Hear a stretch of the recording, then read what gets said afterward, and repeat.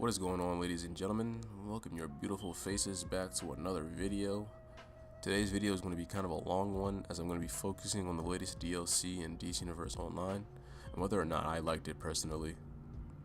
As usual, feel free to share your thoughts in the comments below, and without wasting any more time, let's just get right into this video. So the first thing I want to mention about this DLC is that it's very visually appealing. You have this whole brand new open world area, all these new characters like King Shark and Aqualad, and you even get a new sort of movement mode of swimming to complete the immersion of being underwater. Everything looks brand new, as a DLC should. From the sounds of the whales while you're under the water, to the chanting you hear inside of the Silent School alert, it all feels new.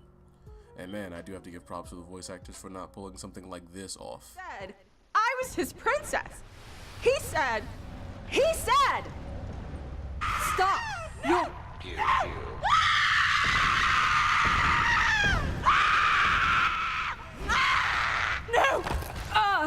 A more authentic voice acting like this. We will hide no more. Atlantis will conquer the surface world, and I will rule as king. The people of Atlantis will never fight for you. You are right. Atlantis is not worthy. I deserve greater. I will use the relics of the Zodiac to channel the full power of the Abyssal Dark and create my own kingdom.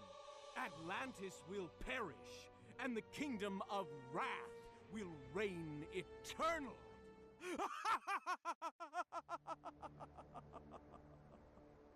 And you and all of Atlantis will follow. Story-wise, it was very captivating and honestly one of the DLCs that actually made me think, wow, that was actually very entertaining. But once you get past all the visual and audio aspects, what else is there for you to do? The one criticism I have about the Atlantis area before we move on to the next section is that it's so big for no reason. A lot of the city is walled off, and you're confined to such a small area of such a beautiful map. I just wish they would have done more with it, but it is what it is. The Atlantis DLC sticks to the typical DCUO formula, which is 2 to 3 weeklies, 3 dailies, 1 solo, 1 alert, and 2 raids. With this format, it can be really hard to keep a constant player base if the content you're releasing isn't captivating as a whole. I know I said earlier the DLC looks good, but everything else kind of feels bland. Personally, I feel like they could have done more than what was given to us, and here are some reasons why.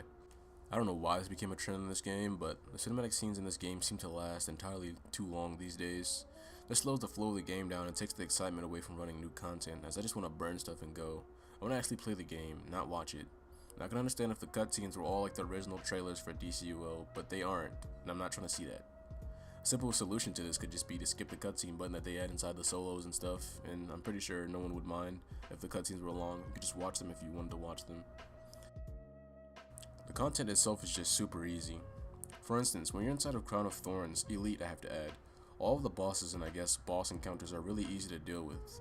All the raid really boils down to is if you can get a tank that can stay alive while separating ads from the bosses.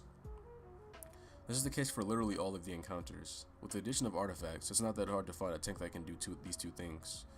Even when I was raged with all of my DPS artifacts and micros and my subpar tank gear, I was able to tank this raid with relative ease. And before I forget, the second boss encounter isn't really a boss fight, it's literally the separating of ads, like I said earlier, while strong currents of water try to push you into spikes into the back of the room. But don't be afraid, all you gotta do is roll or bust a light jog to escape this hard mechanic, and that's it. I don't know what the developers were thinking with this mechanic, but honestly, it just wasn't good, and I don't think they should do it ever again. And it just allowed for a lot of people to cheese their way to full elite gear.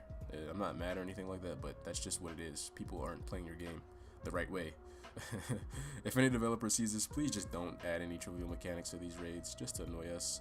I'd rather have something that would kill me if not executed perfectly, and that's what makes these things elite raids. I want it to be someone that's seen as elite, not someone that just knows how to cheese. Throne is slightly more difficult than Crown, but still not as hard as it seems. You have basic mechanics that people can easily pick up on in a raid that is just long and tedious for no reason. For instance, during the first boss encounter, you have to block the CB skull and avoid Quorum Wrath at all costs. Two simple things. The last boss fight just has you bombarded with tons of ads, while Quorum Wrath has a defense buff every time he calls out a new set of ads. And at the end, you're just forced to take down his shield and kill him by doing a bunch of tedious tasks.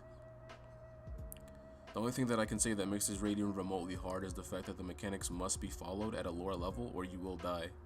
If you're playing at a higher level and your trolls and healers have their max artifacts and stuff like that, and they're popping their superchargers to keep the group alive, it really isn't an issue. It's a good addition to harder content, but it fell short because the mechanics are so one-dimensional and everybody's just overpowered.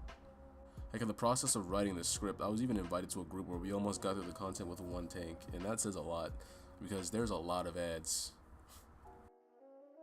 The Silent School alert had a very interesting concept, and honestly, I felt that it was wasted potential. You have this nice area that gives you several different challenges that you could face, and you make it an alert. Come on. I can't be the only one to think that this alert could have been a great raid in itself if they just made each room a challenge and made the difficulty a little harder.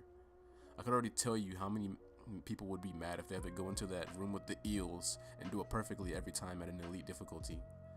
I just hope that they bring back content that actually challenges their player base and stop with these lazy DLCs and raids that just throw a bunch of ads at you and a boss. You're a player like me and you've maxed out your stats and your character. What else do you have to do? A seasonal maybe farm some skill points. The point I'm trying to make here is the lack of content is even more unbearable once you've maxed out a tune. I would make another round about bringing back survival modes or PvP, but at this point I don't think that's ever going to happen. In the end, you have a pretty lackluster DLC that lots of players get tired of and end up leaving until another interesting DLC comes out. In order to fix this issue, they could just add more interesting mechanics that aren't just meant to annoy you, but to challenge you instead. They could add more content with the large areas and maps that they create, and even just add more content in general after you've done completed working on the DLC. That's my take on it. Tell me what you guys think in the comments below. It's been nice. I hope you guys enjoyed this video.